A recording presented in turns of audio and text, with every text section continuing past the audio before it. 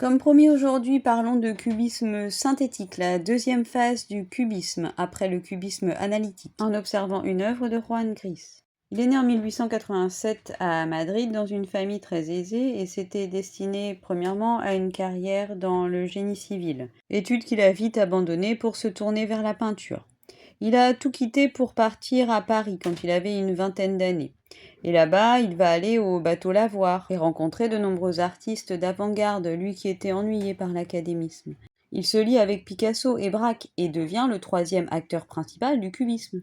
Contrairement à la plupart des autres artistes, lui va rester fidèle au cubisme jusqu'à la fin de sa vie, peut-être aussi parce qu'il est mort trop jeune.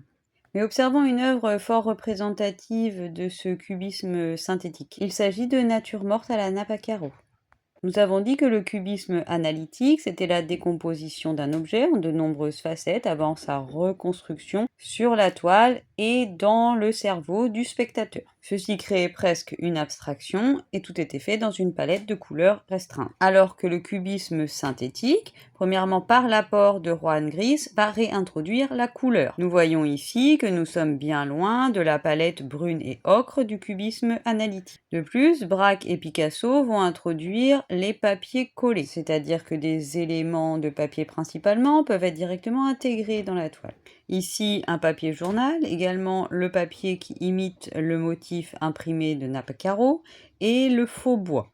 Nous remarquons également que nous n'avons pas une multitude de plans. Nous voyons des jeux de textures, de la transparence, des ombrages et des motifs qui nous rappellent le quotidien. Nous pouvons nous perdre dans chaque élément de la toile, observer la bouteille de vin, la bouteille de bière, le raisin. Mais si on s'éloigne de la toile, que voyons-nous ? Peut-être une tête de taureau. Il y a finalement une unité dans cette œuvre. Et Gris était fier de ça. Il disait que son travail était plus abouti, que ce n'était plus un assemblage d'éléments. Cette toile, c'est aussi des symboles. Cette Nappacaro, c'est le quotidien, les difficultés aussi des rapports entre les hommes. Mais tout cela dans une belle harmonie. Il était le plus poète des cubistes. Alors que Picasso était revendicatif, s'il avait dû coller un journal, il aurait collé un article anti-guerre. Ça n'était pas le cas de Juan Gris.